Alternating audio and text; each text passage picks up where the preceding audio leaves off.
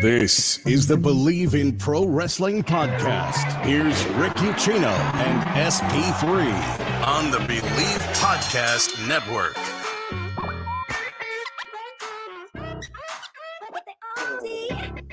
Oh, it is good to be back. Not our normal time slot, but we will take it. Welcome into a very special Wednesday afternoon of the Bleav in Pro Wrestling podcast. So excited to be back talking some professional wrestling with you. I feel like SP3, it's been like 10 days or maybe 2 weeks since we've talked to one another, which has got to be a record in the last 2 years. But I'm happy to be back with you. There's a lot to dive into today. How you doing? How you doing? How's life been? You all right? You hanging in there? I'm hanging in there. It's tough out here in these New York streets. The weather, it's getting hotter as summer does in New York, where the humidity is ridiculous. But I was able to see some live professional wrestling in the past week. I am happy about that. I'm happy that wrestling in general seems like it's in a much better position than it has been in years. Wrestling is booming again, Rick. We're back, baby. Oh my gosh, dude. Like, okay. So some behind the scenes, right? Remember last year when we did the SummerSlam ticket giveaway here on Bleav in Pro Wrestling? Let me just say, it was easy to get those tickets, okay? It was very easy to get those tickets to give them away. I could not get them this year to do another giveaway. WWE is on fire as far as ticket sales, as far as ratings are concerned. They are just cooking with gas. AEW keeps putting out high quality in-ring content. I think these first 4 weeks of Collision have been absolutely spectacular, and that's exactly what they need to do if they're going to build up an audience, which we'll talk about what we saw in Collision this past weekend with Ricky Starks and Willow Nightingale winning the Owen Hart Foundation tournaments. Not a whole lot of time to dive into it, but my God, one of the best tag team matches you're ever going to see on television in FTR and Bullet Club Gold. I mean, give me another one. Like, I don't know how you top 2 out of 3 falls, but give me another one. I'm ready to go right now. The performances that those four had on Saturday. How do we not have time to talk about that? That's one of the matches, one of the top 5 best matches of the year. One of the greatest insane tag team matches in AEW history. Like, Jesus, FTR, man. Like, I could deny them like 3 years ago. 3 years ago, where they only had, a great series of matches against American Alpha and, a classic series with DIY in NXT. And then they had 2 to 3 years where they're on the main roster and they didn't get that level of greatness. But coming over to AEW, having the matchup with the Young Bucks at Full Gear 2020, having another classic matchup with them last year, the trilogy, the all-time trilogy that was them in the Briscoes, and then what they've been able to do with Jay White and Juice Robinson, Bullet Club Gold, the Bang Bang Gang, which is a relatively new team that 6 months ago you probably would have said, no, they're not a tag team in AEW. And now look at them now, and they just put on one of the greatest tag team matches in American television history. Like, the last time we got a matchup on this level, you can name any, bunch of AEW, tag team matches, whether it's FTR versus the Young Bucks from last year on Dynamite, whether it's Lucha Bros versus Young Bucks from Rampage last year, whether it's Lucha Bros versus Hangman Adam Page and Kenny Omega. AEW's had a bunch of them. WWE has had a bunch of them, as far as the 2-man power trip versus Chris Benoit and Chris Jericho, which is my all-time favorite as far as Raw matches. They had multi-man TLC matches on SmackDown and Raw, but as far as 2-on-2, I don't think there will be another matchup of this quality for a very long time. This is an all-time classic, and FTR, Jay White, Juice Robinson can hang their hat on it. Yeah, man, look, it was pretty evident early on in this match that was going to go the full 60 minutes, right? First off, they only announced like 3 matches for Collision. So you knew this one was going to get some time. And I think it went about 58 plus, maybe 59 minutes. Sorry, your mic is muted, SP3. Sorry. 58:01 was the time, because we knew they were going to go over 30 minutes because they went over 28 minutes last week. But I don't think anyone knew they were going to go nearly an hour. Well, to me, it was pretty evident when we had reached about the 24-minute mark and these dudes were still doing chain wrestling in high spots. Like, they were still getting warmed up at the 24-minute mark. We have seen events this year, SP3, where not a single match even went over 20 minutes, and these dudes are just getting started at 24 minutes. And man, I do like AEW and the fact that they have these time limit draws. I didn't want this one to have a time limit draw. Like, I really, really wanted this one to have a finish, and what a damn finish they had. I don't know what FTR has to do to put Jay White away. I guess hit him with the Shatter Machine, because they hit him with literally every other thing in their arsenal except the Shatter Machine. And he kicked out every single time, even one at a 2.99999999999 that had the entire audience losing their minds. They were sold. He got pinned, that they were chanting at the referee and booing him. No, he got it. He kicked out. Jay White's performance on Saturday was absolutely insane. And it just, I want more. And I love the way that they booked this, because typically I hate 50-50 booking. But when you have Bullet Club Gold, who beats them 3 times in a row, and then FTR is able to come back and get 2 pinfalls to hang on to their titles by the skin of their teeth. No, game 6. Let's go. Game 6, baby. It's 3-2. Let's keep it cooking. So I'm it's really game 7 is next, because they won the trios matchup on the first Collision. Then Bullet Club Gold won the 8-man tag. Then they won the eliminator matchup, and then they won the first fall of the 2 out of 3 falls. So this is, we're in game 7 territory, and that's what makes it even better, is that if you give them a pay-per-view stage and give them another stipulation to kind of play with, man, it's just incredible. But yeah, this felt like the first time we saw the FTR magic since the Briscoes trilogy. Yeah, Tony, if you're watching, just game 7 right here, man. Just inject it. All in, all out, whatever. I don't care. Give me it. We desperately need it. We'll be talking more AEW later, including tonight's huge blood and guts matchup, the main event of AEW Dynamite tonight. The Golden Elite against the Blackpool Compact Club tonight. And we'll be giving our predictions later on a little bit. Lots of WWE to get into as well, including momentum continuing to build for Jey Uso. Is it LA Knight's time to capture the United States Championship? We have new women's tag team champions. Seth Rollins says he's been dealing with a lot of nagging injuries dating back a couple of years now. And oh yeah, Judgment Day, if you haven't noticed, they are starting to practice what they preach in taking over WWE.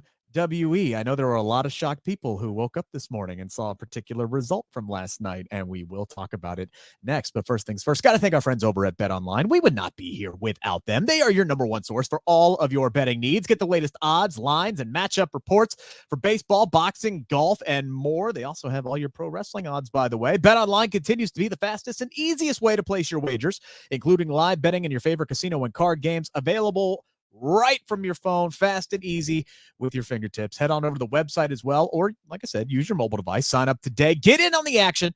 Remember to use our promo code Bleav, that is BLEAV, for your 50% welcome bonus on your first deposit. Bet Online, where the game starts. Thank you guys so much for joining us here on a special Wednesday edition as people continue to trot in. Get your comments in, questions, concerns. We will get to as many of them as we can throughout the entirety of the show. What is up, Safet? Thank you so much for joining us as usual and finding us on a different time slot this week. If you're coming in late, you missed the start of the show. Of course, it's going to be on live, or at least on demand on the YouTube channel after the stream wraps up. And of course, on the Bleav in Pro Wrestling podcast channel, wherever podcasts are available, you can find us. And that does include, by the way, my conversation with Samoa Joe that dropped earlier this morning, as it's not only Blood and Guts week, it is Ring of Honor Death Before Dishonor this Friday night pay-per-view. Samoa Joe will be defending his World Television Championship against either Dalton Castle or Shane Taylor. We know who it's going to be if you've read the spoilers, but I won't spoil it for you here. Regardless, looking forward to that matchup. Talked to Joe about his recent renewed rivalry with CM Punk. Talked about some of the great names that helped shape him into one of the best overall in-ring performers in the business today, how much he has left in the tank. Lots of good stuff from Samoa Joe, so make sure to check that out. Give us a thumbs up. Give us a subscription. We really appreciate the support, and check out everything we have here at Bleav in Pro Wrestling. SP3. I know there's large portion of the audience, a professional wrestling audience, that does not pay attention to NXT. They don't watch it, right? I mean, that based off the numbers alone. There's people who aren't as into NXT as they are some of the other shows. Well, it pays to pay attention nowadays with Triple H interweaving NXT superstars with the main roster. It's more of a cohesive grouping these days, the main roster and NXT, than it ever has been before. And you're getting more interjection of main roster superstars, including ones who are getting title matches, like Dominik Mysterio. Dirty Dom last night had a shot at Wes Lee and his North American Championship. And spoiler alert, if you didn't watch last night, if you haven't logged onto the internet until right now, we got ourselves a new North American champion, SP3, Dominik Mysterio. Of course, Ozzy, I see you in the chat. I see you. Yes, he cheated. Of course he did. Of course he cheated. It wasn't technically him who cheated. It was Finn Balor and Rhea Ripley and Damian Priest all getting involved to take out Wes Lee. But still, SP3, Dirty Dom, the heat magnet that he is, the top heel in WWE. Yeah, I said it. The top heel in WWE, the man who gets the biggest boos. I said it. Heat magnet, Dirty Dom, new North American champion. Now you add that onto the fact that Rhea Ripley is the world heavyweight champion, or the women's world heavyweight champion. Señor Money in the Bank is Damian Priest. The Judgment Day is starting to practice what they preach, SP3. They are seriously starting to take over WWE, especially with the amount of time as well that they have been getting on Monday Night Raw. They are getting bloodline level time on Monday Night Raw. They are all over, multiple feuds. We saw them interweave beautifully, I might add, in the main event on Monday. Rhea Ripley's rivalries and everything that's been folding in with Finn and Damian. These guys are starting to cook, and they're starting to elevate to that platform that we all kind of hoped this group would when they were assembled. Yeah, I think this is probably the most interesting that the Judgment Day has ever been. And I think that the Judgment Day, yeah, it feels like so long ago that the Judgment Day was this group that we were making fun of on this show, when they had Edge as the leader and they're cutting hometown based heat promos, and Edge is supposed to be dark and mysterious, but he's doing that shtick at the same time. And yeah, it just didn't work. People didn't want to boo Edge, so it just didn't work on a number of levels. They turned heel, but then they were just some goth jabronis who lose all the time and lose at every pay-per-view. But then Dominik Mysterio turned heel, and Dominik Mysterio was the first domino that dropped for Judgment Day. Then it was more of a focus on Rhea Ripley and the fact that, without them saying it outright, she's the real leader of the group. Sure. Finn Balor became more aggressive, in the feud with Edge, and as we're seeing right now with Seth Rollins, and we've been seeing Damian Priest kind of climb the ladder of success and really turn his career around for where it was before he got into Judgment Day, when he was half devil, half angel, Damian Priest, and all that nonsense. He has really turned it all around, become Señor Money in the Bank, and now all the dynamics work very well. Even though I thought the timing was off, it just works really well right now because the bloodline is having their issues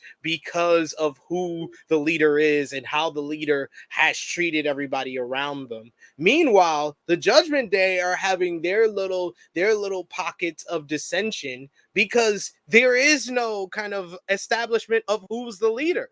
That's what it really comes down to. And it comes down to the ego of Finn Balor, where you would assume he would be the leader, but he's the one that is not successful. You got Rhea Ripley, who's the WWE Women's World Champion. You got Damian Priest, Señor Money in the Bank, and now you got Dominik Mysterio as North American Champion. And I think that's the perfect singles title for Dominik Mysterio to first win in his career. I think that they kind of it was a detriment to his development as a performer to never go through NXT. Yeah. So the fact that he has a championship on NXT, he can work with some of the performers on that roster. I think it's going to help him a lot.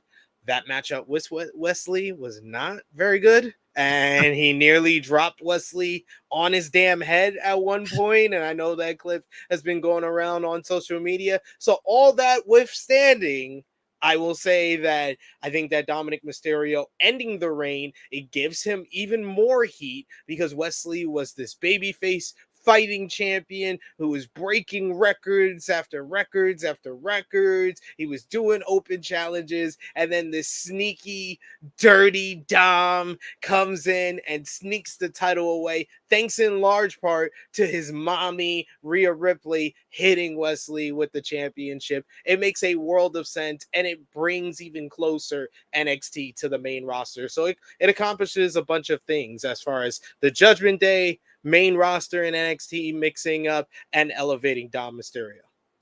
Queen says Dom being champ is the best thing ever, all caps. And we've had multiple people bring this up, SP3. So how does Dom gonna get to keep the belt, but Solo had to give it up? Ozzy also asking how long will Dom, he says, keep the title, because once again, Solo had to give it up. The only one dumb is Wesley. Like Mustafa Ali offered his help to you. He knew what was about to happen. He was like, he always got the Judgment, and you interrupted him, and he was trying to help you. You're the dumb one, Wesley. I love you though. Best North American champion ever. Yeah, and he'll probably get the belt back at some point. Or you know what? It kind of opens him up to now you can kind of sprinkle Wesley in a little bit up on the main roster if you want him to have a cup of coffee and introduce him as well. We saw them do that with Carmelo Hayes. I know you weren't thrilled with him losing to Finn Balor in his match when they did have him up there, but at least, you know, he got the cup of coffee, he got the introduction. I think that does go a long way when they eventually do bring these people up, that, hey, at least your main roster audience, especially on a show where you know you have well over 2 million people who are watching, or at least close to it live. And then there's more that gets tacked on between social media views and YouTube and everything like that. It really does help when they get brought up, that you're not getting into this whole, well, here's 6 months of let's get to know you.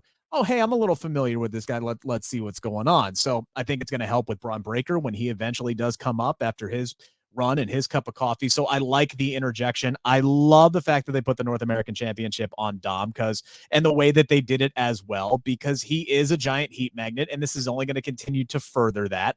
And yeah, the fact that Rhea Ripley is basically like, he's like a baby bird. Like that's what Dom is. He's a little baby bird. And then you got the mama badass hawk, who is just kicking away every predator who is coming in to try to take her baby away from her. And it works. And her talons are sharp, and she's going to kick everybody's ass and baby the hell out of that child and give it everything it wants. That's the dynamic between Rhea and Dom. And it works so well because everybody wants to love Rhea, and she still gets babyface reactions.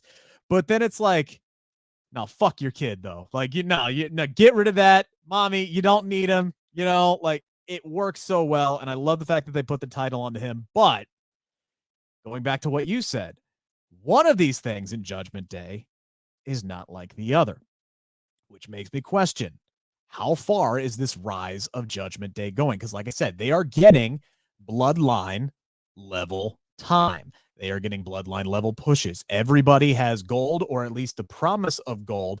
And SP3, yes, they have teased dissension. There have been miscommunications and some beef that so far has been grilled and eaten between Finn Balor and Damian Priest. But we get reports this week that JD McDonough and his plans with Judgment Day have now suddenly been halted. And then we get Seth Rollins going on Impulsive this week, Logan Paul's pod, and starts talking about a number of nagging injuries that he's had. Talked about a knee problem that he's had dating back to 2019. Talked about how he's gotten stem cell treatments to hold off having to have back surgery. And I know that he is, battling and jockeying for position as the face of Monday Night Raw right there with Cody Rhodes. We heard Cody Rhodes bring that up on his documentary Red Carpet last night. He is the world heavyweight champion. He's trying to establish this new title, but how long can Seth Rollins really keep this up? And honestly, I'm not sitting here trying to tell a man, what he should do. And there's always that pro wrestling mindset of just push through the pain, push through it. And, it's part of the deal, right? You're never going to be 100%. But if he's been dealing with this stuff for so many years, got to think, man, maybe now would be the time. Take a few months off, maybe the rest of the year off, go get those surgeries you need and get yourself healthy and ready to go for WrestleMania season next year and the next big run of your career, which makes me think maybe they put the title on Finn Balor at SummerSlam. That's one of two matches that has been made official right now. So it's going to be very interesting to see how they book this at SummerSlam. I thought Balor had a decent shot at Money in the Bank. I think he has a much better shot this time around. And honestly, I would seriously consider pulling the trigger if I were WWE.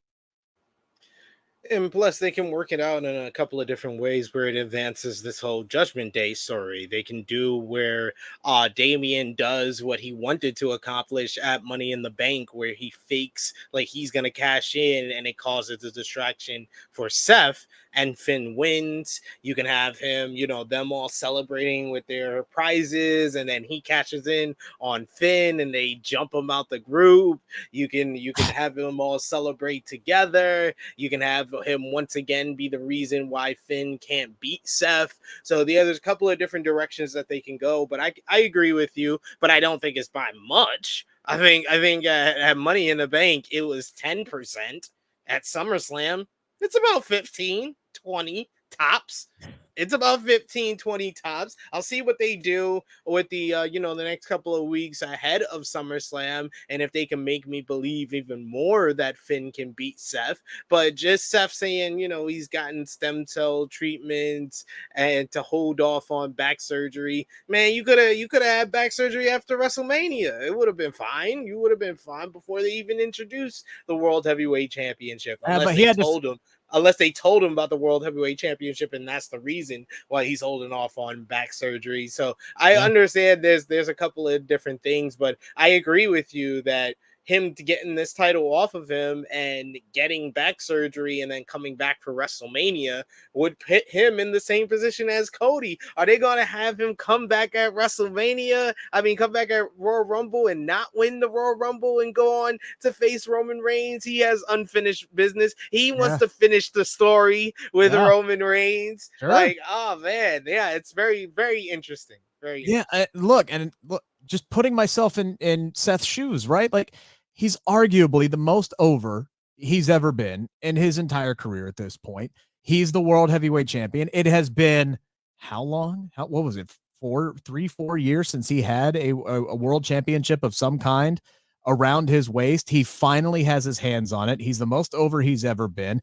Again, jockeying for position as the top baby face in arguably the company, if not at least on Monday Night Raw with Cody Rhodes. So it's hard to sit here and say, yeah, man, maybe now's the time to step away from all of that and squash that momentum and go get what I need to get fixed.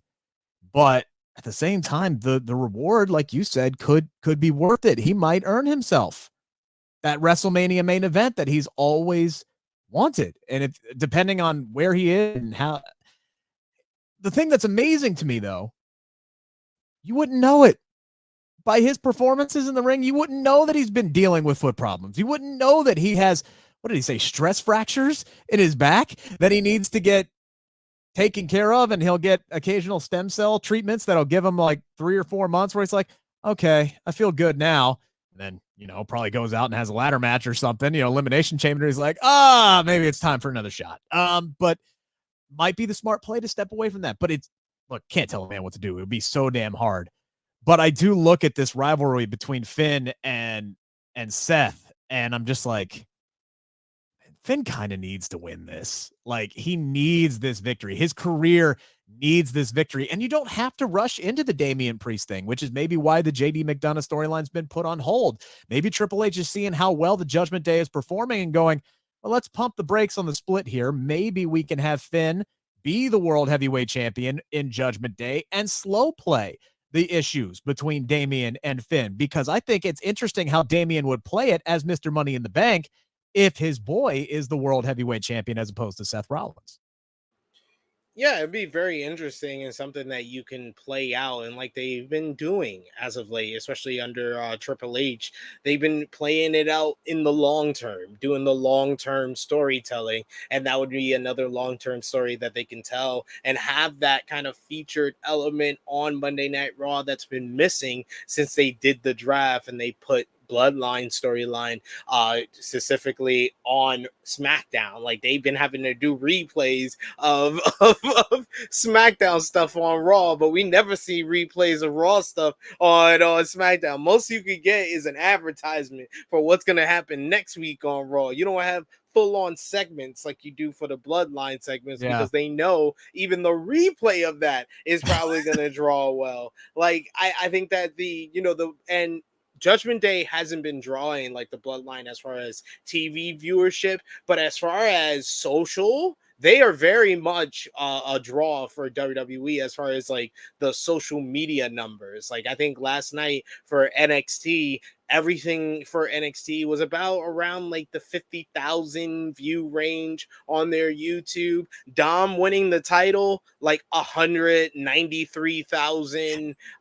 Him backstage, like 150,000. Like, this guy and all the stuff that they did with him and Rey Mysterio, they are social media draws. They're viral kind of draws, especially Rhea Ripley. We already know with that. So I think the Judgment Day, they're establishing another group that can be a draw when this Bloodline story is going to be over. And those reports as well saying that the Judgment Day is a successor to the Bloodline makes me believe that we're a lot closer to the end of the Bloodline than people want to think. And I think that this is going to really dictate where the Triple H regime and where WWE is at as far as business booming and them being the number one and hot right now, is when the Bloodline storyline is over. And then what? And then what? And then what? And we'll talk about the Bloodline coming up here when we get to the 5 count. Safet saying, who is going to join the Judgment Day? Right now, nobody. I think they have put the pause on JD McDonough. I think JD McDonough was going to take somebody's spot, whether it was Finn Balor or Damian Priest, whoever that they were going to extricate from the group and turn babyface. And maybe that still is the long play. But for right now, it was interesting. The wording on the report was it's been put on hold. It has not been canceled, or they haven't changed those plans or nixed them. It's just been put on hold. So again, I think maybe they're going to slow play this, because again, as SP3 said, as anybody who's watched the product over the last year knows, Triple H is not afraid to slow play things. So nobody right now. Queen saying, I don't see the point of Seth versus Finn again if Finn isn't winning or if Priest isn't cashing in. I get what you're saying there. I think something is going to happen, or at least some kind of a tease or a riff, some kind of storyline progression with Finn and Damian, or Seth and Finn, some kind of finale there.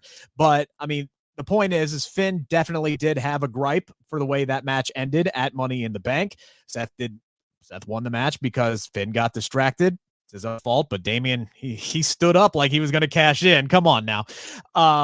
So it honestly, to me, it was more of a let's finish this story is why this match is being booked, if nothing else, because were you really going to start another program with Seth Rollins with 4 weeks to go before SummerSlam when he has been feuding with Judgment Day since he won the World Heavyweight Championship? That would not have made a ton of sense to me. MCAS saying, dude, Dom is just not good at this in-ring wrestling thing. His character's okay, but man, he has to get better in the ring. I don't think you're going to find many people who will argue with you that Dom needs to be better in the ring. Also, let's remember, this man's been wrestling for a little over 3 years. and there was no indie scene. There was no NXT. There was no, it was, hey, I'm here. I'm tagging with my dad and I'm on television. The guy continues to grow every single day, every single week in front of our eyes. And where he is now compared to where he was is already miles better. I'm not saying you got to put the World Heavyweight Championship on the guy tomorrow, but he continues to get better. And I have faith that he will continue to get better. SP3, we have, once again, I feel like I say this a lot, new women's tag team champions. Hell, the last show that we did, because we had to take a week off because of my schedule, right? The last time we did a new show, we were talking about new women's tag team champions. Now we come on the air and we're talking about new women's tag team champions in Chelsea Green and Sonya Deville. They captured the titles on Raw, defeating Liv Morgan and Raquel Rodriguez in a move that is frankly been done to continue Raquel Rodriguez and now Liv Morgan's feud with Rhea Ripley. And this is something that we talked about, frankly, needed to happen, which is why I'm okay with this move happening. And I'm okay with this move happening for a couple of reasons. One, it opens up Raquel and Liv to feud with Rhea, which if they weren't going to be able to get Beth Phoenix back and Becky Lynch is still tied up with Trish Stratus, they needed people for Rhea to feud with on Monday Night Raw over that Women's World Championship. Rhea and Raquel are very close with one another personally. They know how to work well with one another, and I think that is a title match that is going to be good for Raquel. I don't think she's going to win at SummerSlam, but they needed to set something of substance up for Rhea to do, and taking the titles off of her and Liv accomplishes that.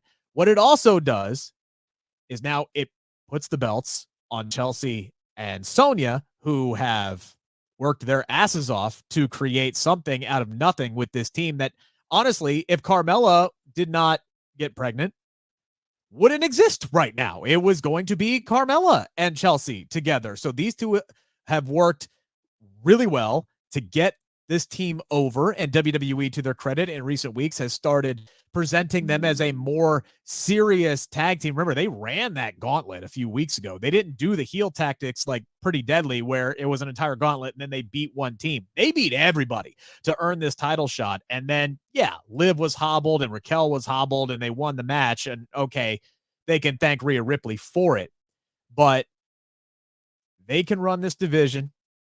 And it opens up a spot now with Liv and Raquel going back to maybe the singles division for other teams to step up, like Candice and Caden, like Caden and Katana, like Candice and Indy, like Alba Fire and Isla Dawn.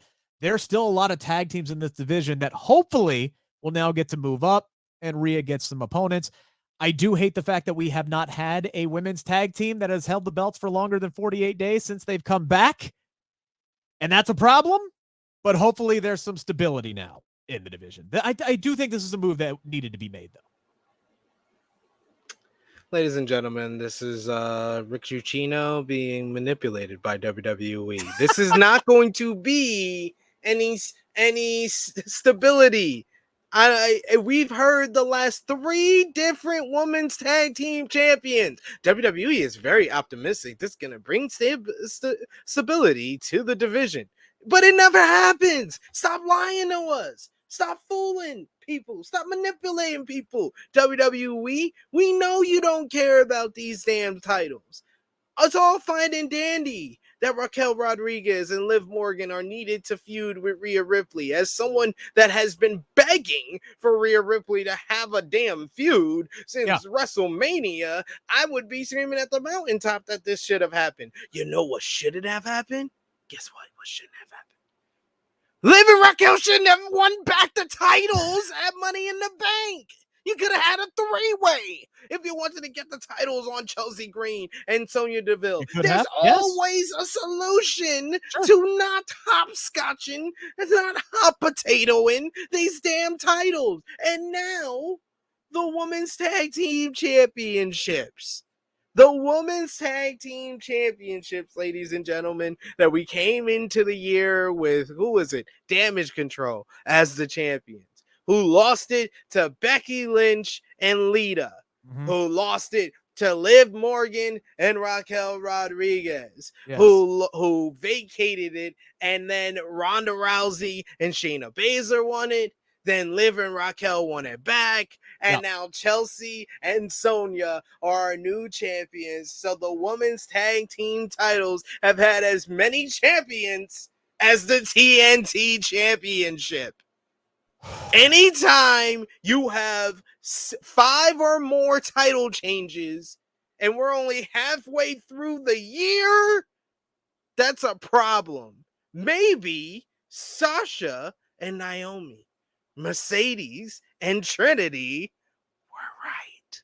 Yeah, look, I'm not going to argue with any of that. I still don't like the fact that the titles have been hopscotched, and I'm not buying completely into the reports that hopefully that they plan on having stability in the division. I just continue to hope for change and hope for better. And I think that they do have something in Chelsea and Sonya. And in a bubble, this move makes sense. This particular move makes sense. The ones that happened before it did not. They did not. Did we ever get an explanation for why Shayna Baszler attacked Ronda Rousey? Have we ever gotten a full-on explanation from Shayna Baszler on that? She had years and years of resentment from Ronda coming into wrestling in the back door while she had to pay her dues and work her way up the ladder to get to WWE. Did she actually say that, or was that she said that? She literally said that. Okay. So it's kind of like what I guessed was going to be it, but on a grand scale. It was not what you guessed. It was some made up reason that doesn't make a whole lot of sense. That in that instant, right, exactly, years of resentment came back to you, and you decided to lose the tag team titles and betray your best friend. Yeah, exactly. So we haven't gotten a exact reasoning for why it had to happen in that instant, right? So I could make an argument for why each of those last few moves have been made collectively together. It makes it look like WWE has no idea what the hell they are doing or even caring with the women's tag team titles. I could try to make the argument, but I'm not going to. I will say this. I'm happy for Chelsea. I'm happy for Sonya. They both finally win their first gold in WWE. These are two who came in to toughen up together, right? Like, yes, there's a good story to tell here. And I'm hoping this is going to mean good things for the women's tag team division, which is still healthy. Like I said, you got Indy and Candice, you got Isla and Alba, you've got Caden and Katana, however many other tag teams you want to start putting together. You keep naming like 3-4 teams and being like, there's a lot. No, there's not a lot. And they keep breaking them up at a rapid rate. So I'm not. I mean, who says that Raquel and Liv have to be broken up after they can still feud as a tandem? We shall see. We shall see. We shall see. But all I will say is that I'm very happy for Chelsea and Sonya, two very talented women who deserve this opportunity, especially Chelsea Green, who feels like she is the big success story of the Triple H regime. Out of all the people he re-signed and had come back, it feels like Chelsea Green might be the big success of it all. Yeah. And you know what? Kudos to her, because she waited to come back until there were some actual, like, concrete, creative plans in place. And I remember being in the press box at the Royal Rumble when she got eliminated inside of like 4 seconds. And I heard multiple people say something along the lines of a Dutch Mantel line of, well, she's dead on arrival. Don't be so quick to judge. One thing that we are kind of crossing our fingers on, SP3, a couple potentially high-profile injuries.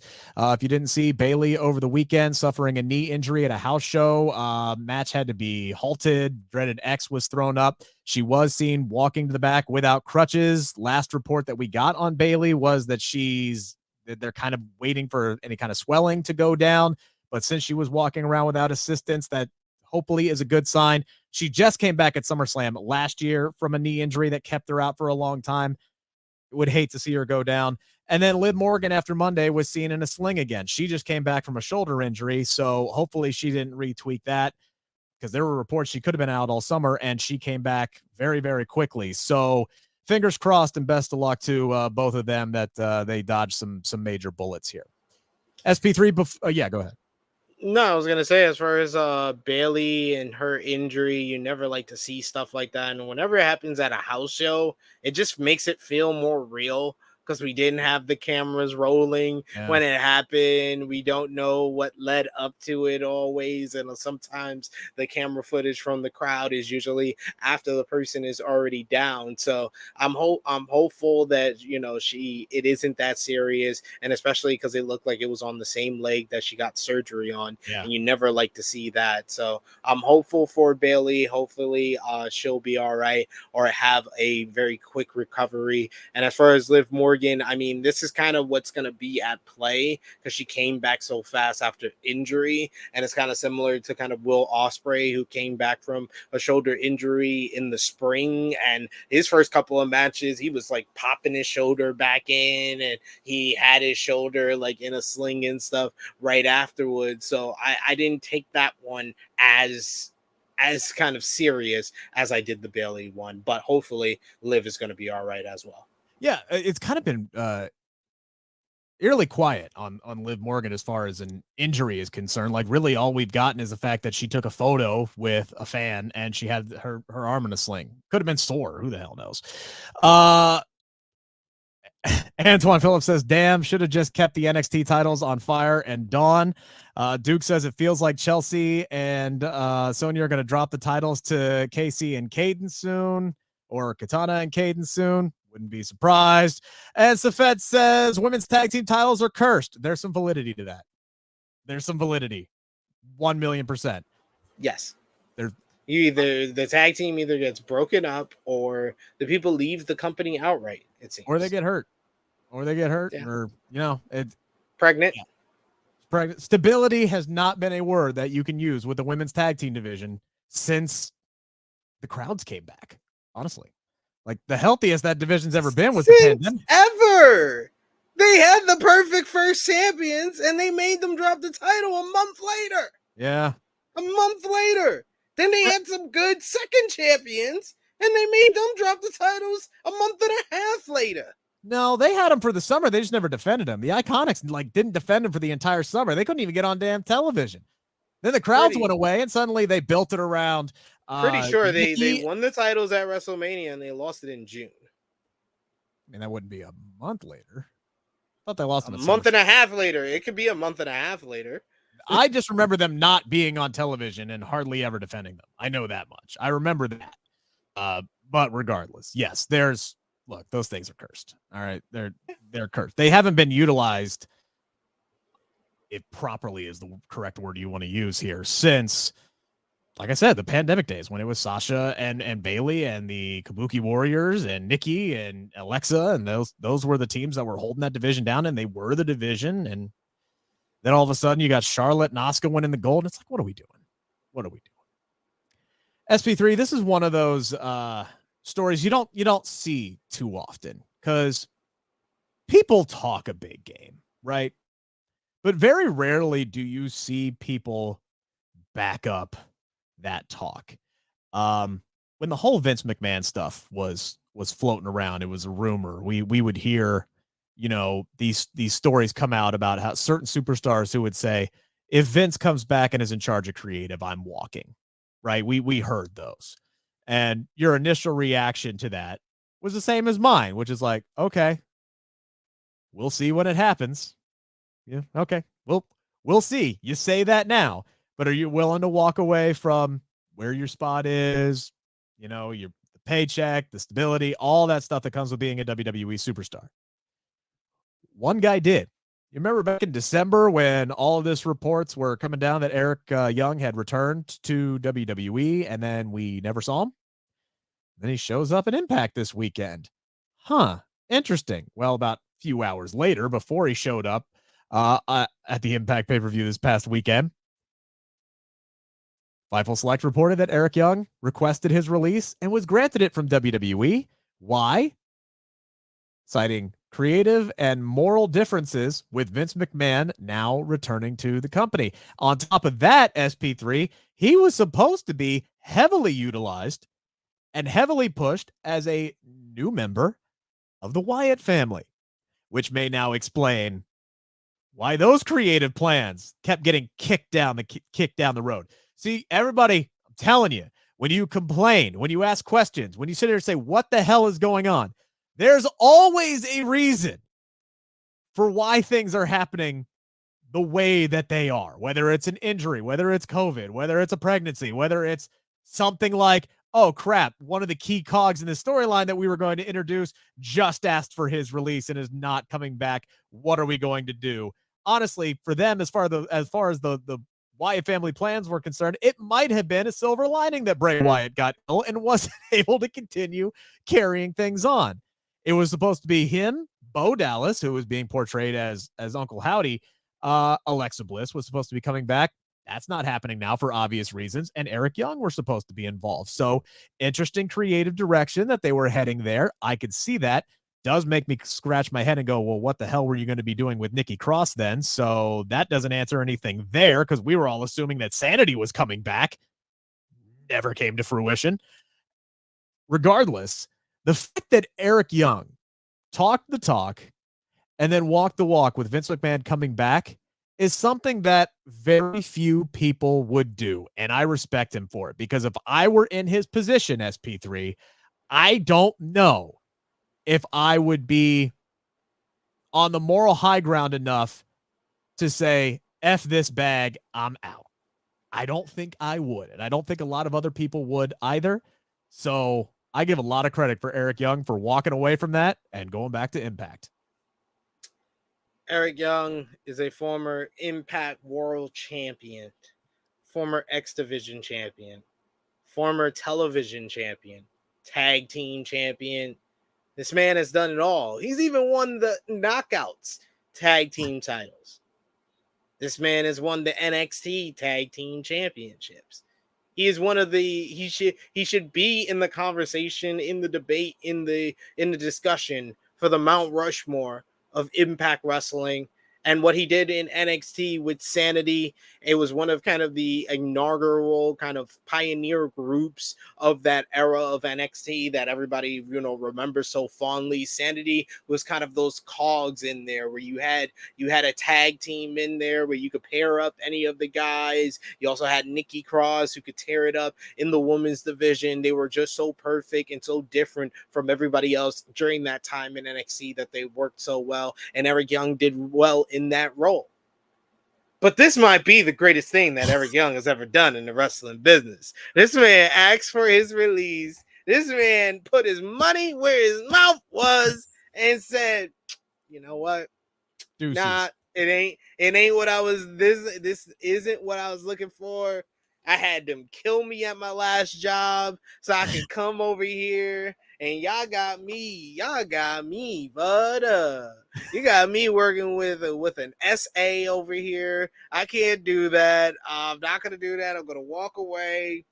I'm out of here. But yes, Eric Young, I applaud you. Congratulations, sir. And the return was cool. The Team Canada reunion, that was a lot of fun with Scott D'Amore. You had A1 out there, Darren McCarty becoming an honorary member. And that was one of the kind of the more memorable moments from Slammiversary, which was a good show from top to bottom this past Saturday. Scott still got some moves. Yeah. He can go for a big fella now. I was genuinely impressed. Genuinely. He got to teach his son Joel Pearl of Fightful. Got to teach him something. Appreciate everybody who's in the chat. Keep getting those comments in. We're about to hit the 5 count here, but quick, do us a favor though. Everybody who's here, hit that thumbs up button. If you haven't already, hit that subscribe button. Really helps us drive up our audience. Thank you guys so much for the support. Don't forget to check out my conversation with Samoa Joe that went live earlier this morning. And by the way, you know what? Blood and Guts is tonight. Had a great conversation with Wheeler Yuta a couple of weeks ago about Blood and Guts, his experience in last year's match, maybe some things you missed from last year's match and what to expect tonight. So that'd be a nice little pregame for you as well. But SP3, let's dive into this. We should thank the people as well for heading us to 600 subscribers. Yes, right. Thank you so much, everyone, for the support and helping us hit another milestone here on Bleav in Pro Wrestling. We're at 605. Y'all got wrestling friends. Tell a friend. All right. We're inching closer to 1,000. Like, my goodness, to build a channel from scratch to get to 1,000, SP3, you know what that feeling is like. That's got to be a good feeling. I want to know that feeling. We are 395 away. We are 395 away. I'm plugging. Thank you guys so much. I really, really appreciate it. Now we can dive into this. It's time to answer the 5 count on the Bleav Podcast Network. All right, SP3, here are the 5 biggest questions I got for you today. Another good segment on Friday Night SmackDown featuring main event Jey Uso. He is on an absolute roll right now with his performances in the ring, promos, storytelling, all of it. The evolution of Jey Uso as just, not as a wrestler, but again, as a performer, has been spectacular to watch over the last few years. This man's about to main event SummerSlam for the WWE Universal Championship. None of us would have said that or predicted that 3 years ago. Not in a one-on-one matchup, not against Roman Reigns. If Jey Uso ever got a one-on-one matchup for the World Championship, it was going to be TLC. It was going to be a Saudi show. It was going to be the second biggest show of the year. That wasn't going to happen. It wasn't going to be Jey Uso, but it is. And all of a sudden, SP3, we're starting to hear those familiar rumbles. Those same rumbles that we heard with Drew McIntyre. Those same rumbles that we heard with Sami Zayn. Those same rumbles that we heard about Cody Rhodes. Those same rumbles that came from my mouth that came most of the time from your mouth. There's a lot of support building in the fan base anyway for Jey Uso to not only main event SummerSlam against his cousin, against Roman Reigns, after being the first man to pin him in over 3 years, but to do it again and walk away with the WWE Universal Championship. SP3, should Jey Uso be the one to be the new tribal chief and dethrone and end the reign of terror from Roman Reigns and this WWE Universal Championship run that's been going on for, 1,050 days now? Yes. Jey Uso has been elevated more than anyone in this bloodline story. I think that getting Roman Reigns, a guy that this company has been behind since like day one, and they wanted to push him as a main event star, and to get him from main event babyface that didn't get over to one of the all-time greats. Yeah, that's a huge elevation. But to get Jey Uso from how we started this whole story of him saying they don't even know which one I am, to main event Jey Uso is about to main event SummerSlam, and people think that he should end one of the greatest world title reigns of the modern era of all time, period. That is something. That is something. No one has been elevated more than Jey Uso in this story. No one has shown their talents more than Jey Uso in this story, from the initial feud with Roman Reigns to him slowly but surely becoming a loyal soldier, to even talking Jimmy Uso into falling in line, to him and Jimmy Uso, their run as tag team champions, to the stuff with Sami Zayn with not being the one who didn't want him in the bloodline, to finally accepting him and defending him in the tribal court, to being the one who walked away when Sami turned on the bloodline and he had to get got. All of that, like, he has shown so much in all of this. And I say all of this to say, no, Jey Uso should not defeat Roman Reigns for the WWE Universal Championship at SummerSlam, because of my catchphrase on this show, it seems, for fans who get a little too excited with their fantasy booking. And then what? Jey Uso wins, and then what? Kofi Kingston title reign? Because I remember that, ladies and gentlemen. That didn't go too well because that wasn't their plan. That wasn't what they wanted. They don't want Jey Uso to be the one to dethrone Roman Reigns. They are building an all-powerful top heel in Roman Reigns for an all-powerful top babyface to overcome. An all-powerful top babyface who had to face Roman Reigns and face adversity on the way to Roman Reigns and had to get dropped down that mountain and climb back up and finally dethrone him. Yes, I'm talking about Drew McIntyre. No, I'm talking about Cody Rhodes, WrestleMania 40. That is probably what we're leading to, ladies and gentlemen. Unfortunate it is, but yes, that is what we're leading to. Unless Seth Rollins gets his back surgery and can swoop on in. I mean, at this point, I feel like it has to be Cody or Seth. Part of me would love a triple threat in the main event. Like, could we find a way to have Seth and Cody keep them like Seth going and getting surgery would be the key to keeping Cody and Seth away from each other. How much longer can you do that with them both on Monday Night Raw? Could you imagine? Don't announce that Seth's coming back at the Rumble. Can you imagine if 30 hit?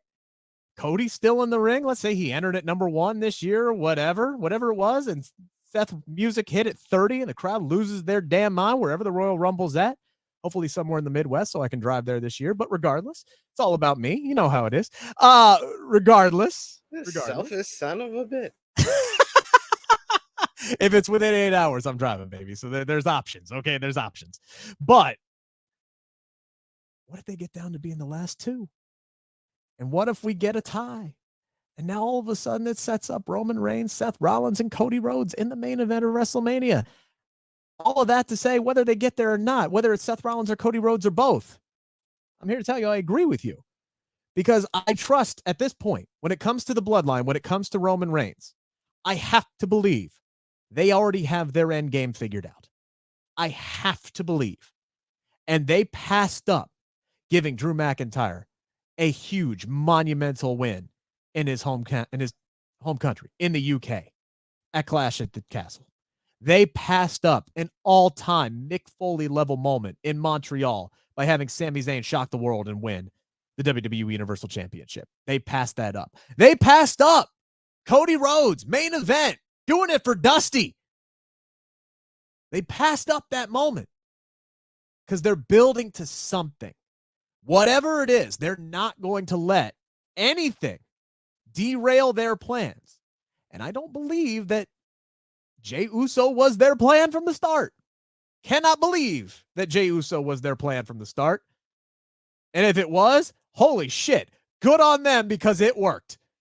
I cannot believe when they had, hey, we're going to put the title on Roman. He's going to hold it forever so we can get Jey Uso up to main event level status. Hell no, no one said that. And if you said that in the pitch meeting, your ass got fired immediately, okay? This ain't the plan where they're going. Probably the writers talking about, you remember Charlie? You remember when Charlie said Jey Uso should win the Universal Championship?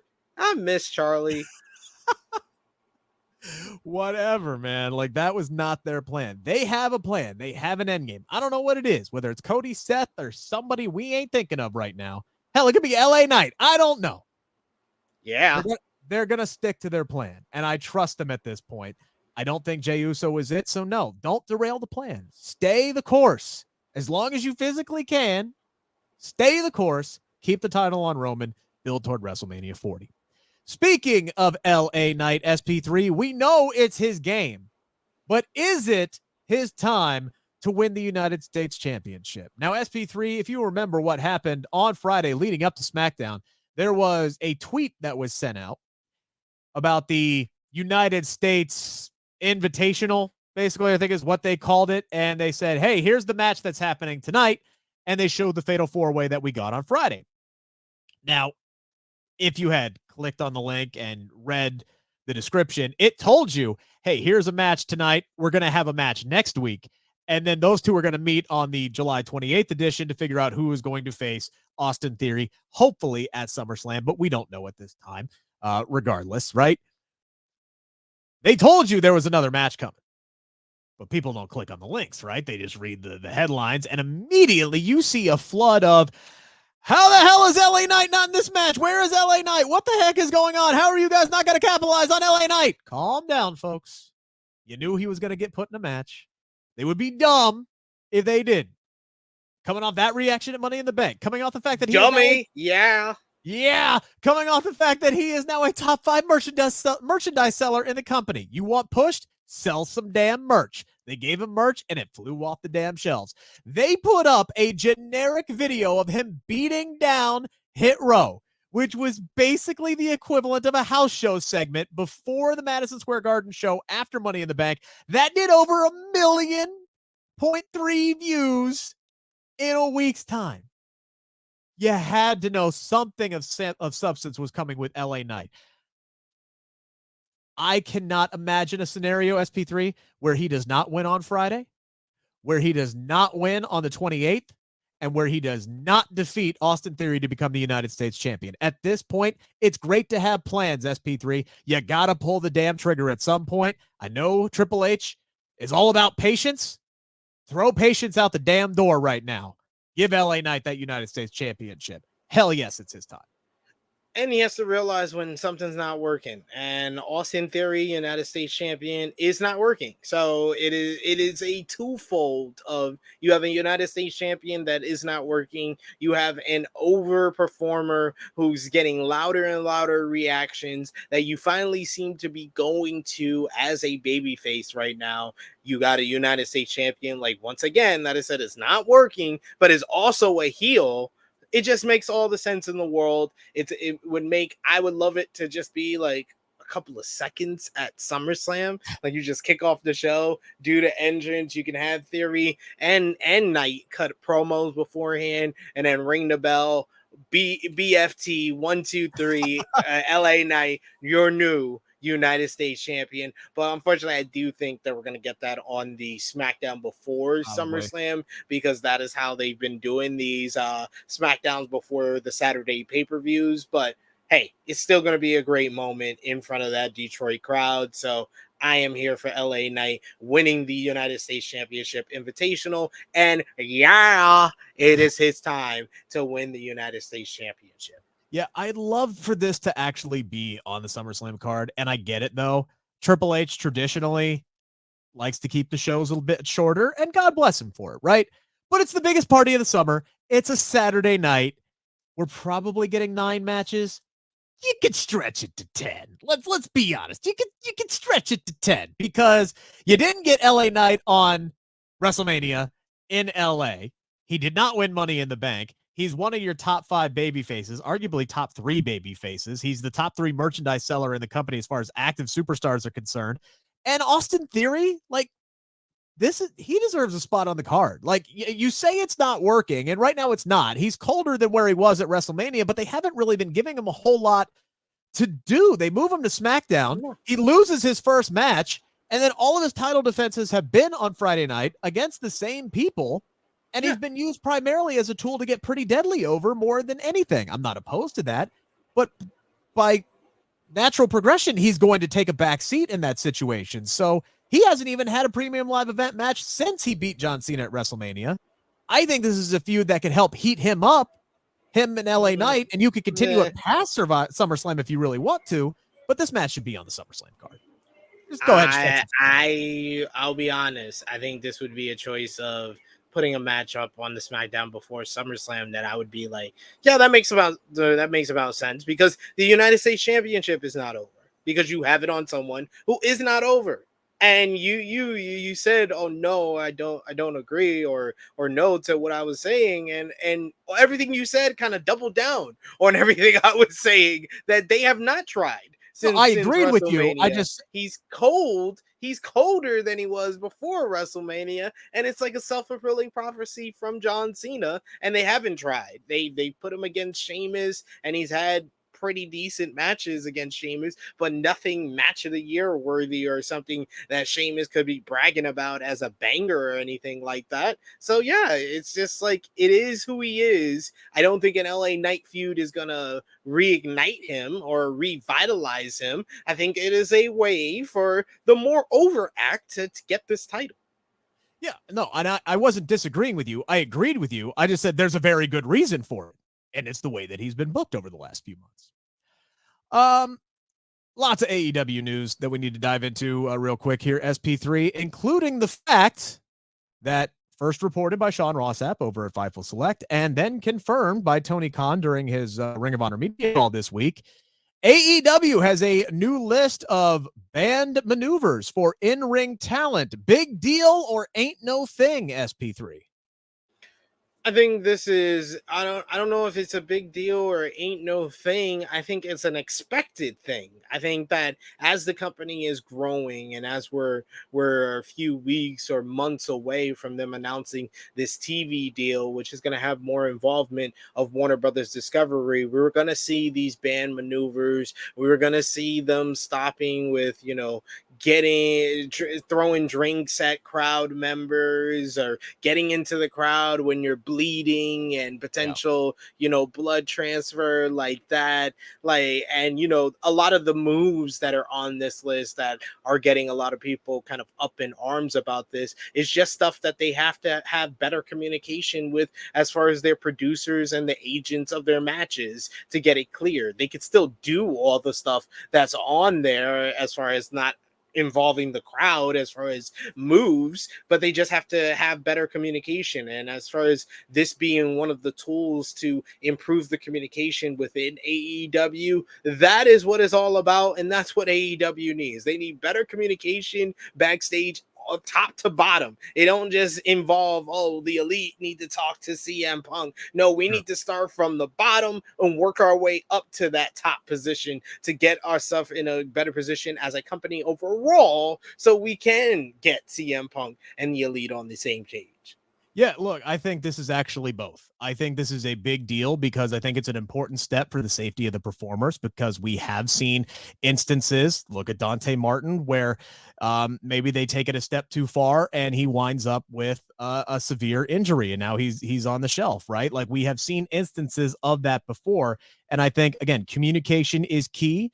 You got young, hungry guys who want to keep taking it a step further and a step further and a step further. And if you just let them continue to slam the foot down on the gas, eventually there's going to be a car accident, right? So I think this is a great way to kind of reel in some younger guys from doing something that's overly dumb. Like, hey, what if I did this? Sometimes you need people to go, nah, bro, it ain't worth it. That's not a good spot to do. Why don't we try this instead, and work your way out. So I think that's a very important thing. I think it's going to help the crowd out as well. But where I think it ain't no thing, SP3, is I honestly don't think there's going to be that big of a drop off from the reading the list. There's not going to be a big drop off from in-ring quality at all. That it ain't no thing there, but this is also a big deal because I think it is an important step in protecting both your audience and your employees. And it's also going to prevent from guys doing the same spot in back-to-back matches so much, which happens in AEW because the communication is not well with the producers and with the agents. So it's gonna help them more than it's gonna harm them. So that's why I said I'm not really sure if it's a big deal or ain't no thing. It's somewhere in the middle. I'm trying to think. There was one of the Collision episodes. I felt like, I think it was, I can't remember which night, but I definitely felt like I watched the exact same match twice.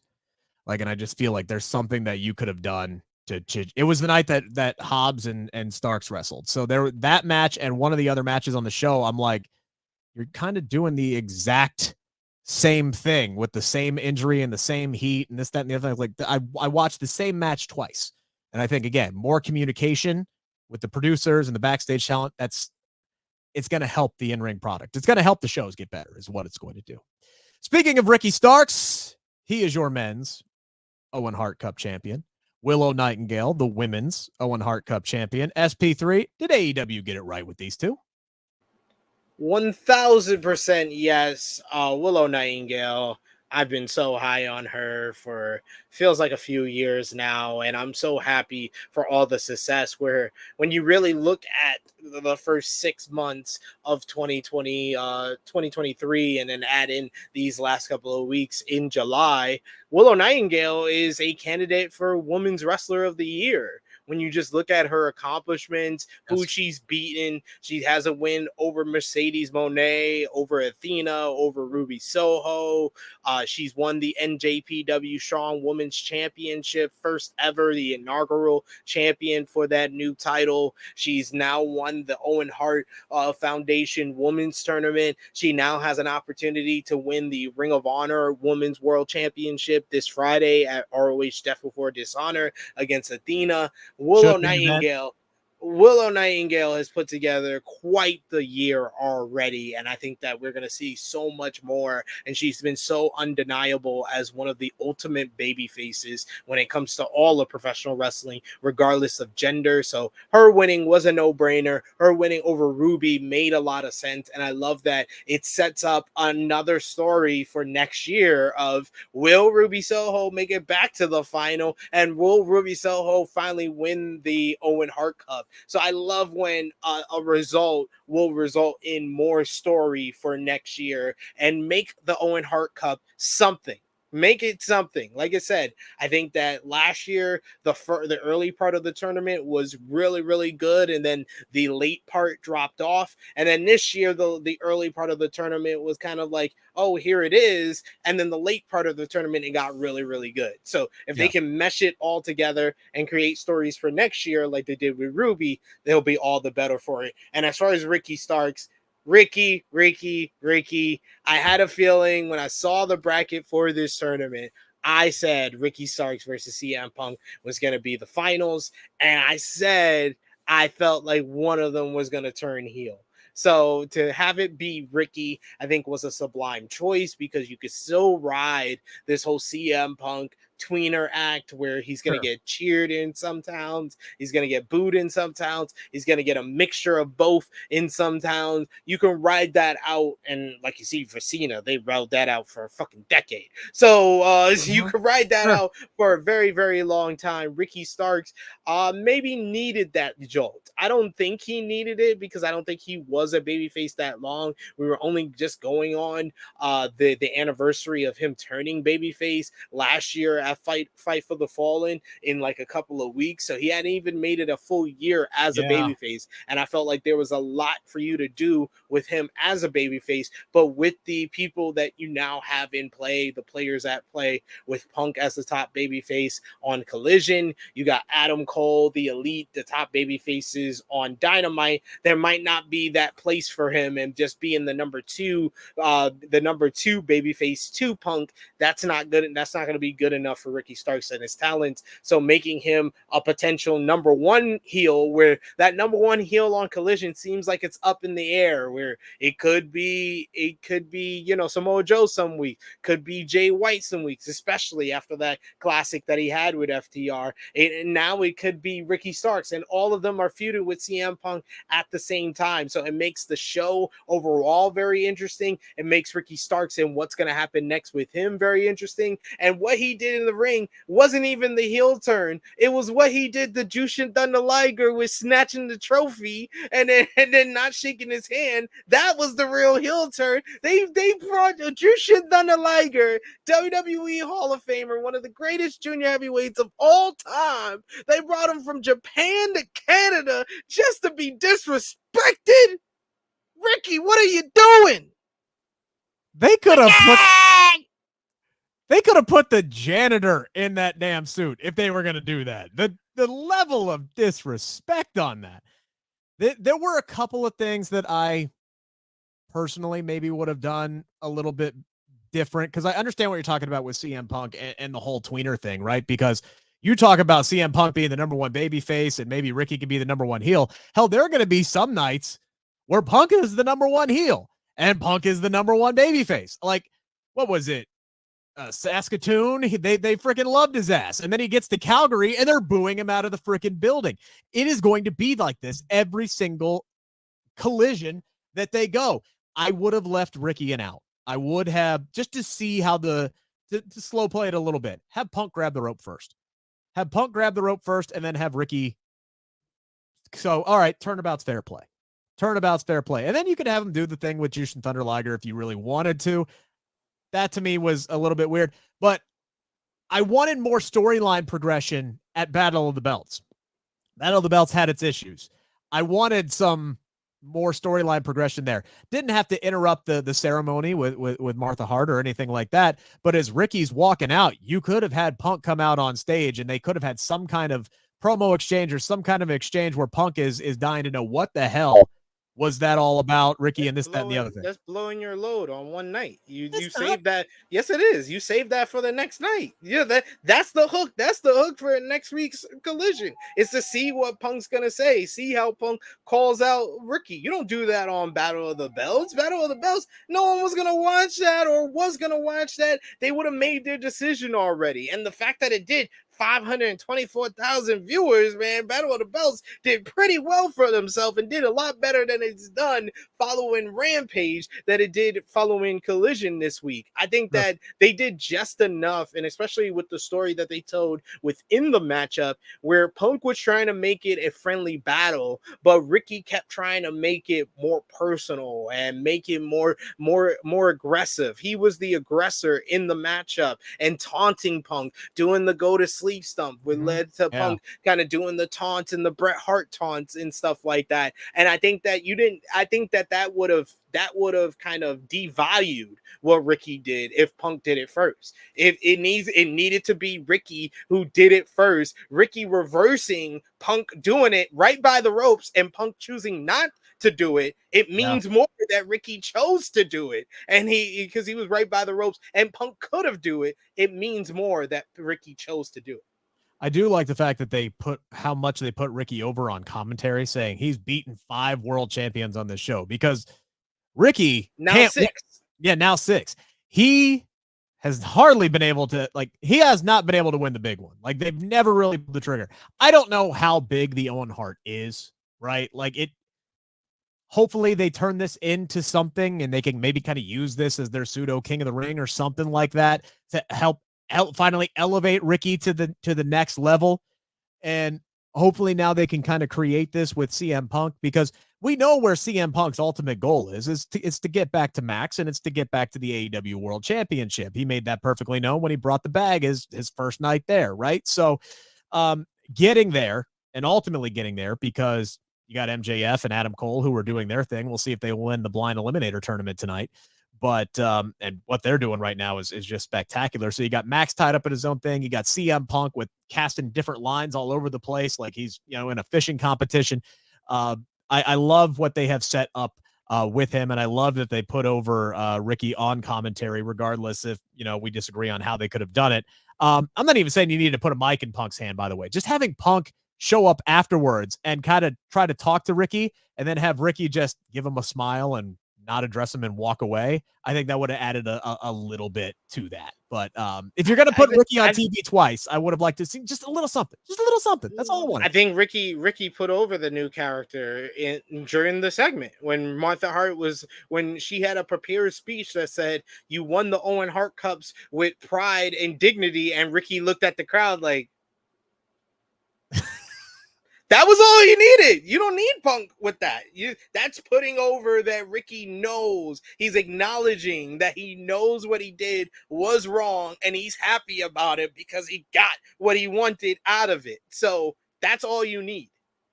I agree with you on Willow 100%, by the way. I would have been happy with either one of them, but Willow is an absolute star.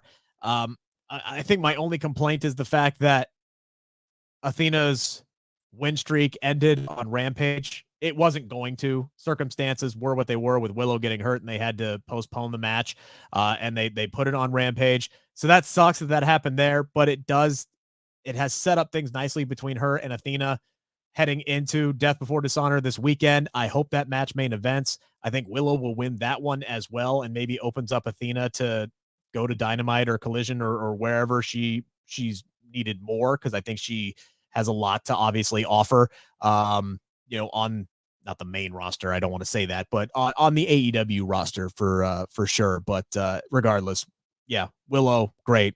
Loved it 100%. And Antoine Phillips saying it was black excellence over the weekend. SP3, Willow, Leo Rush, Trinity, Ricky Starks, all winning titles and cups this weekend. And yes, hell yes, Trinity. Man, when I think she talked to Sports Illustrated where she said she wanted to quit wrestling after last year, and now she's the Impact world champion or the knockouts champion. Fucking love that. Absolutely. Both her and Leo Rush. Leo Rush wanted to retire from the business a few times He since did. he's left Yeah. WWE, and he pretty much did. And New Japan Pro Wrestling kind of vitalized his love for professional wrestling, and now to go to Impact Wrestling, defeat arguably the greatest X Division champion of all time, Chris Sabin. How it happened, that's up for debate and stuff like that. But Leo Rush being X Division champion, I think he's a worthy name to be included into the pantheon of X Division champions. And Trinity winning, I think that was a no-brainer. You see all the eyes and all the publicity that Trinity has given Impact Wrestling. Yep. I think that it would just be one of the dumbest decisions in Impact Wrestling history, and that's saying a lot. If you know Impact Wrestling's history, one of the dumbest decisions in Impact Wrestling history if they didn't put the title on Trinity. All right, SP3. Last but not least here, it's Blood and Guts 3 tonight. It is the Golden Elite versus the Blackpool Compact Club tonight. Who do you want to see get the win, and who does get the win? You're quite proud of yourself for Compact Club, I can see, right? I thought it was creative. You pretty much was just like this every time you said it on the show. I'm just enunciating it so people, now it's on the screen so people see it, but people on the the podcast, I'm announcing it properly so they hear it. It's true. Yeah, sure. It's not bragging at all. I think that this is going to be one of the biggest and best AEW Dynamite matches of not just the year, I think of all time. I think that you have some of the most important figures in AEW's history with Kenny Omega, the longest reigning AEW world champion of all time, EVP, trios champion, tag team champion, of course, outside of AEW, IWGP heavyweight champion, two-time IWGP United States champion. He's won championships all over the world. Jon Moxley, the second ever AEW world champion, the only three-time AEW world champion, the feud he's had with Omega coming into this and kind of splintering off and coming into this one where the last time they went one-on-one was inside of his steel cage. You got the Young Bucks, one of the greatest tag teams of this generation, one of the longest reigning AEW World Tag Team Champions, AEW Trios Champion, EVPs, Hangman Adam Page, the fourth ever AEW World Champion. You got Pac, Trios Champion, the first ever international champion in company history. Konosuke Takeshita, kind of viewed as kind of the future of all elite wrestling, kind of the heir apparent to the last generation in Japan, the next great Japanese star come out of that country. And then you got Kota Ibushi making his damn debut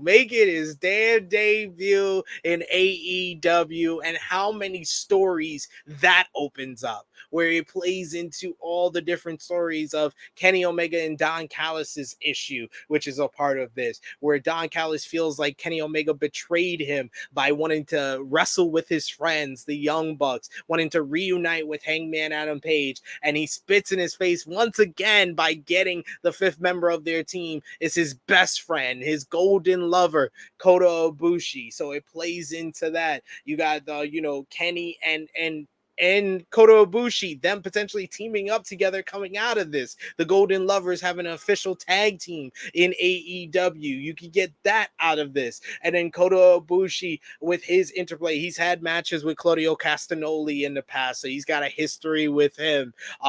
Jon Moxley's already talking trash to him. Wheeler Yuta has gotten a lot out of this feud, getting the win in Anarchy in the Arena. And they have built this so nicely where it's been must-see TV for AEW for the better part of 3 months since the end of Revolution. But this rivalry has really been going on for 9 months. This all started with Jon Moxley concussing Hangman Adam Page back in Cincinnati in there. October Yeah. of last year, and you had Moxley and Hangman feud for months, and then that splinters off into the Elite versus the Blackpool Combat Club. I thought Pac was a sublime choice to be the 5th member of the Blackpool Combat Club because he has so much history. His inaugural feud with Kenny Omega is still viewed as kind of one of the first great AEW feuds, especially in Dynamite, and their Iron Man match is viewed as one of the greatest matches in Dynamite history. He has history with the Young Bucks trying to win the AEW World Tag Team titles and the Trios Championships, and he has history with Hangman Adam Page from back in the opening months of Dynamite. So there is so much history, so much build up to this matchup. Like, this is another one once again with the Elite and Blackpool Combat Club, where I'm like, the bar is 5 stars because of how much story and because of the bar that was set with last year's Blood and Guts, where they blew it out the water. They had an all-timer that I think will be viewed back as one of the best matches of last year, and I think they're about to do it again tonight in Boston. You didn't answer the question. Who do you want to see win, and who does win? With all that being said, Golden Elite get the win. Golden Trigger by Kenny and Kota to Wheeler Yuta for the win. Man, poor Yuta. Man, there's not much that I can add to it because you broke it down beautifully.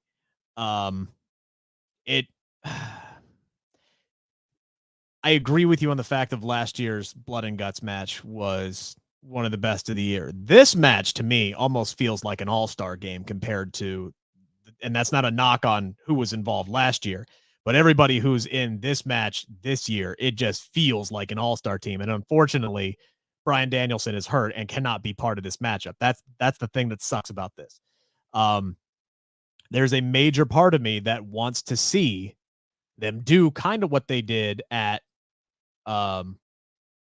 in Anarchy in the Arena, where Yuta went over on Kenny Omega, is to set somebody up, is to kind of make somebody in this, which makes me want Takeshita to get the win by pinning Kenny Omega in this. But also, you like you said, it started with Hangman and Moxley, and it has now evolved, and now the central figure, the central feud in all of this is Kenny and Don Callis. So I feel like it has to come down to Kenny and Callis, and I just feel like Kenny needs to come out on top on this. So I'm completely torn on who should win this one. I don't think I would be mad either way. I get the sense though, and I'm just trying to think of, and then what, right? I'm trying to think of your mindset. This is not about Kenny and Callis. This is about the Golden Elite and the Blackpool Combat Club. They have just done a beautiful job of setting up, and then what already? And then what is we get Kenny Omega and Konosuke Takeshita. And then what is we get more of this Kenny Omega and Don Callis storyline. We get to flesh that out more. And then what is Kota Ibushi versus Konosuke Takeshita? Because get that in my veins all day and twice on Tuesday. And then what is also Eddie Kingston when he comes back from Japan and his issue with Claudio Castagnoli and his drama with Jon Moxley. And then what has been set up nicely. This is to blow off Blackpool Combat Club and the Golden Elite. And I think Wheeler Yuta has gotten enough. I think the only thing better than Wheeler Yuta taking the fall would be Jon Moxley. Jon Moxley taking the fall for the Blackpool Combat Club. I think that would also work as well. Which is why I'm circling back around to where this started. Hangman Adam Page gets the win tonight by pinning Jon Moxley. That is my prediction for tonight. Either way, the other prediction I'm going to make, pain. Lots and lots of pain. I can't say it like Mr. T, but I can make the same damn prediction. Thank you guys so much for sticking with us for almost 90 minutes, you sick bastards. We will be back in our normal time slot next week, Tuesday, 2 p.m., and hopefully we have just as much to talk about next week as we did this week. Again, guys, check out my conversation with Samoa Joe. It is up right now. Feel free to go back and check out my conversation with Wheeler Yuta. A lot of that is still good, and it's a nice little appetizer ahead of Blood and Guts tonight. Otherwise, enjoy it. We will be back next week. For SP3, Rick Ucchino. Thank you guys so much. This is the Bleav in Pro Wrestling podcast brought to you by Bet Online.